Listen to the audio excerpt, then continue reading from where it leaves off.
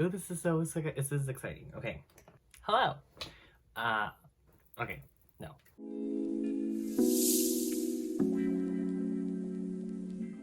Hi, guys, girls, and non-binary pearls. If you're new here, so am I. My name is Aliya Grace, and this is a new series that I'm starting called Books in Beauty, where I'm going to be doing my makeup and talking about some books. Talking about books that I like, books that I don't like, and we're gonna see how this goes. So I'm really excited. This was very heavily inspired by Bailey Sarian, whom I love and adore. I'm very much in love with her and her format of videos. She does like true crime while she does her makeup. I wanted to do YouTube for a while now. I just wasn't sure where I would fit in. There are a multitude of things that I think that I'm interested in, and I think that this, for me, feels the most right. So we're gonna give it a go. This is the first, hopefully, of many. So bear with me as I figuring things out, but I'm really excited. I thank you for joining me. Let's do this. Let's get started. Oh, I don't know, I'm so awkward. Okay.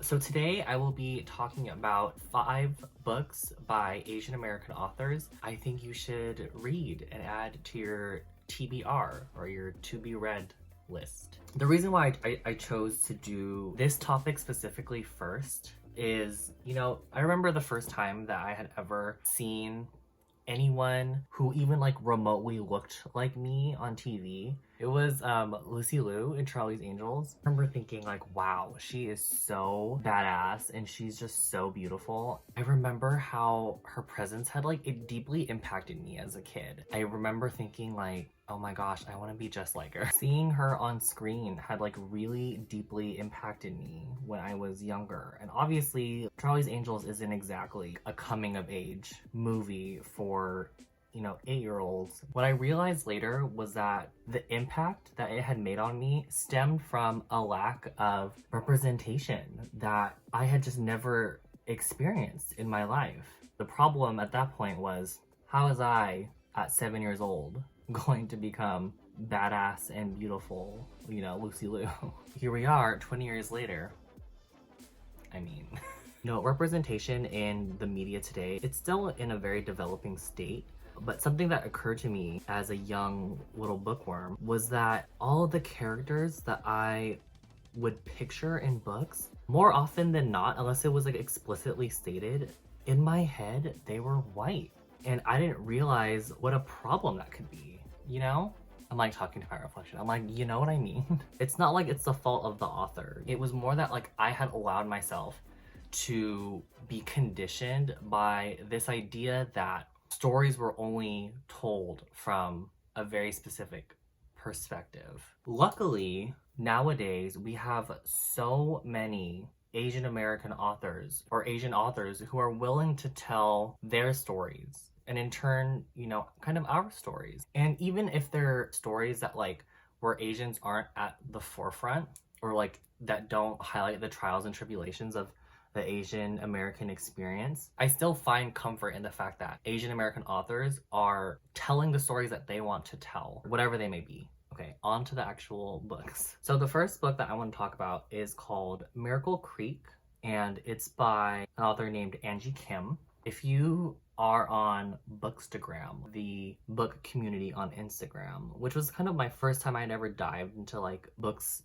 on social media and stuff. If you follow a book influencer, his name is Jordy. His @ is Jordy's Book Club. He was talking about Miracle Creek for like a while. I feel like I was always seeing it on my feed, and most of the time it was because of him. And it had really piqued my interest because he kept hyping this book up, and I was like, okay, I have to read this. But unfortunately, I didn't read it till I want to say the end of 2019, I think. Miracle Creek leads us to this incredibly unique yet quintessential courtroom showdown. I say quintessential because it has all of the components of like your favorite Law and Order SVU episode, you know, betrayal, secrets, lies. But I say unique because it also simultaneously unpacks the struggle of living in America as an immigrant family. The initial title was Miracle Submarine. Miracle Creek is the name of the town where the Yu family runs a medical facility that utilizes hyperbaric oxygen therapy, or HBOT, in a submarine-like chamber. The participants in HBOT are hopeful in treating a variety of conditions until one day, an alleged accident causing the chamber to explode kills 2 participants. Could it have been a member of the Yu family seeking a huge insurance payout? Or was it the defendant, a mother of one of the victims who was known to force her child to participate in really intensive and potentially dangerous medical treatments? Or was it the group of women who were, on the day of the event, seen adamantly protesting the facility to cease HBOT forever? I'm always very interested to see how authors insert themselves into their stories. So when I was looking into this book and I was like looking at different author interviews, Angie Kim is writing from experience. She's a Korean American. She's a trial lawyer. She's a mother who has also joined her child in undergoing HBOT in her own miracle submarine. She's put a lot of herself into this novel, her debut novel, exploring the lives of her characters through her own eyes. Hi, editing Aliya here. I know that HBOT probably sounds more like an alternative therapy, but it is a very real treatment. It involves breathing pure oxygen in a pressurized environment, which can help fight bacteria and can stimulate the release of substances that promote healing. I'll actually include a link in the description for anyone who's interested in learning more about HBOT. Angie Kim mentions in that interview that her son was born deaf in one ear, had celiac disease and ulcerative colitis as a preschooler, and she actually joined him in HBOT one summer. He's the one who actually said the chamber looked like a submarine, hence the original title. Also, Angie Kim is technically an ex-lawyer and is a Korean immigrant. I think I said Korean American, as she came from Korea to Baltimore as a preteen. Okay, I think that's all. Sorry, and thanks. In an interview with Mira T. Lee of the Asian American Writers Workshop, she said, "It was important for me to have an immigrant family because I'm an immigrant myself. The biracial couple was also important because my husband is white and from a small town in the South. And finally, with respect to the other characters, in looking through other courtroom dramas, it always frustrated me that so many of the lawyers are white men. It was important for me to showcase characters who are diverse in other ways." Love that. Love that. Overall, Miracle Creek is an experience really in and of itself. It took me literally an entire 24 hours to process the whole book before I could even begin to unpack like how I felt about it. Also, just like a side note, I don't want to give any spoilers to this book because I do want y'all to read it. I'm sure maybe in some reviews, if I do like a full fleshing out of how I felt about a book, I'll give like a spoiler alert, but in general, I want to be able to provide different titles or books that would interest y'all into reading them. So I don't want to spoil that for anyone. Miracle Creek, it was one of those books that after I finish it, I was like, I get it. I get the hype. I understand it. There is so much honesty that is laced in each character's narrative, and it's just so striking and it's so raw. Each time there was a reveal and a twist, it made my heart race, and I was just consuming page after page after page until I finished it. Overall, it's a story for immigrants, it's a story for mothers, it's a story for young couples, it's a story for anyone who would go to the ends of the earth for their family. Okay, book number 2 is called The Wangs versus the World, and it's by an author named Jade Chang. It's about the Wang family and how they go from crazy rich Asians to just Asians. Maybe a little bit crazy on the side. So the dad, Charles Wang, he loses his cosmetic empire and all of his wealth and affluence to a financial crisis. He loses all his money, and he has to stuff his second wife and his family into a vintage Mercedes-Benz and make a coast-to-coast trip to live with his oldest daughter in upstate New York. Her name is Sana, I believe. She's an artist who was recently heartbroken. On the way, they pick up youngest daughter Grace, a fashion blogger and boarding school it girl, and the middle child Andrew, who is a college student and an aspiring stand-up comic.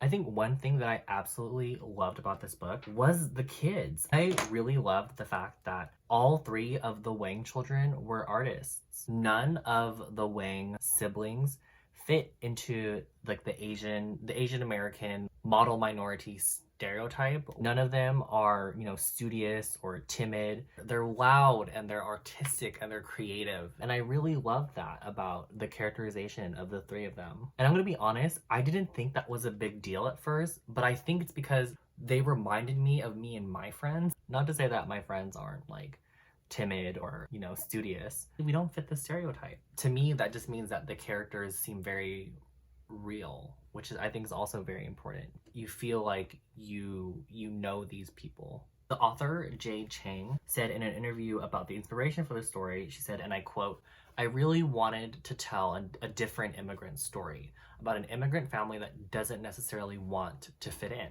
nor do they see themselves as other. They are central to the view of the country." Chang, very much like Kim, she also writes from experience. In that same interview with Allison Singh Gee from Post magazine, she speaks on how the immigrant experience is typically portrayed as painful, where characters struggle to assimilate or fit in with their white colleagues or classmates. While that is a relatively universal experience, it's not the only experience. Chang said, and again I quote, "I grew up in San Fernando Valley and my life was fun. I definitely had a lot of friends. I wasn't standing on the outside of the party looking in." I think a lot of Asian Americans can really empathize with the Wang's experiences. There's even a scene where, again, youngest daughter Grace is being chatted up by a paramedic and he asks her, "Where are you from?" She's like, "Oh, I'm from LA." And he's like, "No, like, where are you from?" And like, come on. If I had a nickel. If I'm going to be honest though, I do remember feeling a little underwhelmed with the ending of the story. I kind of felt like unsatisfied. The resolutions for the three kids, they feel a little forced. And to be fair, it might have just been because I wanted more. I wanted to see what happened after they got there. I wanted to see how their life had changed. I basically just wanted to be like a fly on the wall and like continue to watch their life as they tried to move on. I wanted to see what their life was like being, I can't even say dirt poor because they were probably like upper middle class at best. But it doesn't overshadow the fact that the journey that the reader takes with the Wangs is a highly entertaining one. It's filled with humor and adventure. You really learn an important lesson, which is home is wherever your family is. Book number 3 is called Severance by Ling Ma. Candice Chen is a 20-something that's living in New York when Shen fever hits, the disease that forces victims into a zombie-like state where they're forced to perform acts of repetition. So, for example, a fevered family is found at dinner. Well, the mom is like putting the dish down and then like walking to the china cabinet and then coming back down and pretending to put a dish down, while the dad and the son are just scraping non-existent food off their plates. Candice joins a group of survivors on their way to the facility while reminiscing on her life just prior to the outbreak as well as her life prior to those events. The Paris Review calls Severance part satirical office drama, part immigrant narrative, part millennial life with a dash of zombie apocalypse. And I just think that's the perfect haphazard description of this book. So in that same interview with the Paris Review, Ling Ma says that her influences for writing Severance were eclectic, which is why the narrative structure is a bit haphazard. She explained her process as, quote, writing whatever scene I was most excited by, and then by piecing those scenes together. I think that can be very jarring for some people, but for me, it felt like every chapter was a very evocative snapshot of Candice's life, whether it was pre or post outbreak. It's almost like a kaleidoscope, or you know those things you played with as a kid where you would look into it and then you would like press the button and it would like spin and you would see a different picture. It was like that. You get a different picture of her life, but it tells one story.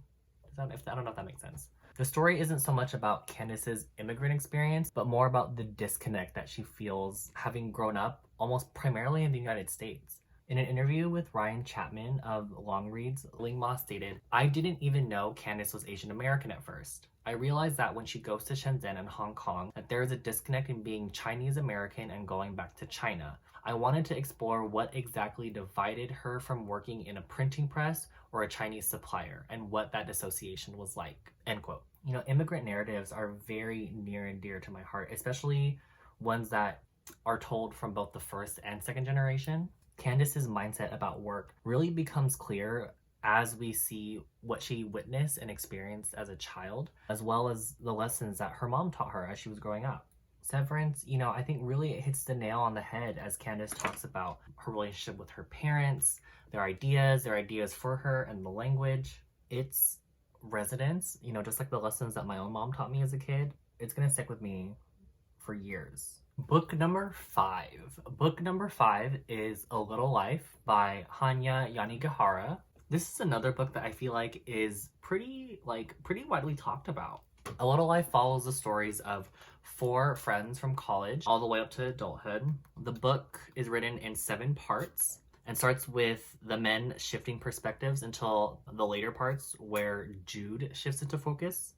As we join Jude on his journey, we see how the traumatic events of his upbringing have infiltrated the relationships that he has with others as well as himself well into his adult life. Yanigihara explores some pretty hard-hitting themes throughout this massive novel. Self-harm, trauma, sexual abuse, male relationships, love, drug abuse, disability, you know, just to name a few. I want to say more about the novel itself, but it's really such a monster of a story that like any kind of synopsis or description that I could even begin to flesh out would never do it justice. It is 814 pages, although Yanigihara has said that she knew it was going to be 1,000 manuscript pages.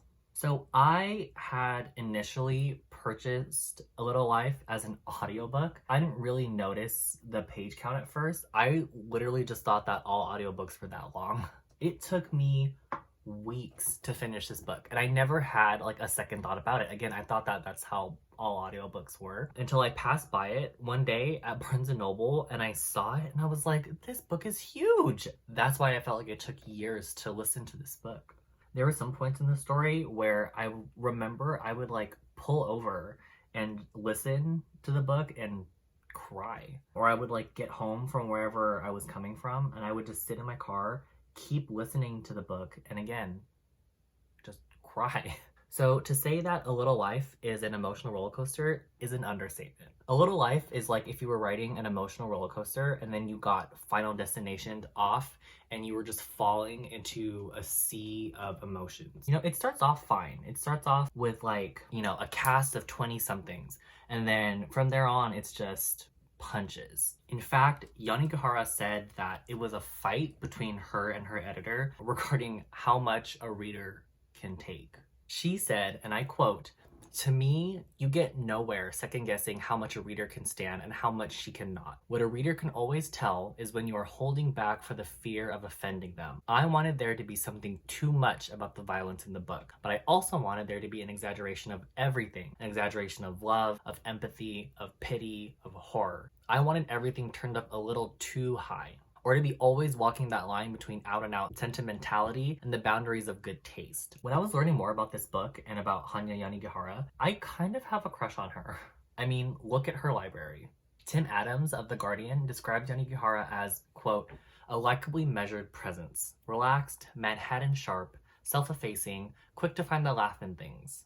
Her insight into books and just literature in general stems from a very deep well of knowledge, which I mean, relatable content. I just want to be friends with her. So the next 2 books I'm going to talk about, I actually haven't done as much research on them as I have the other 4. Yes, I said 2, even though this video was supposed to be about 5, but I still think that they were really good and they deserve to be talked about in this video. I might just make them separate videos, to be honest. The first one is called Pachinko and it's by Jin Lee. It's a character-driven historical novel that tells the story of a Korean family migrating to Japan and the results of the experience. It showcases the dynamic of Korea and Japan during the 20th century, specifically Japanese occupation of Korea and World War II. It was named by New York Times one of the top 10 books of 2017. Y'all, let me tell you, this book made me ugly cry. It's one of my top 10 books, like, ever. The second book is Little Fires Everywhere by Celeste Ning. Little Fires Everywhere takes place in real-life Shaker Heights, Ohio, an idyllic city in which everything, down to the color of people's houses, is planned out. At the forefront of this picturesque community is Miss Elena Richardson, whose family life is turned upside down when mysterious mother-daughter duo Mia and Pearl Warren step onto the scene.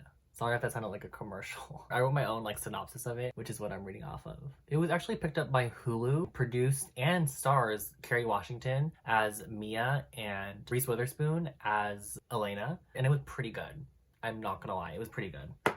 I can probably make a whole separate video about the book versus the movie. I thoroughly enjoyed both. All right, and that is the look. Thank you so much for joining me on the first ever Books and Beauty with me, Aliya Grace.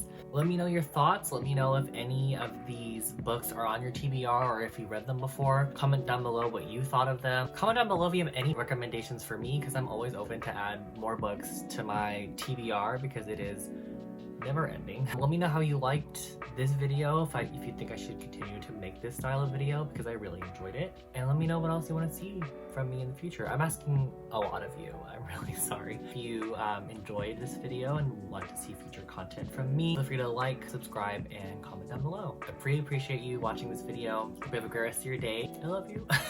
Bye!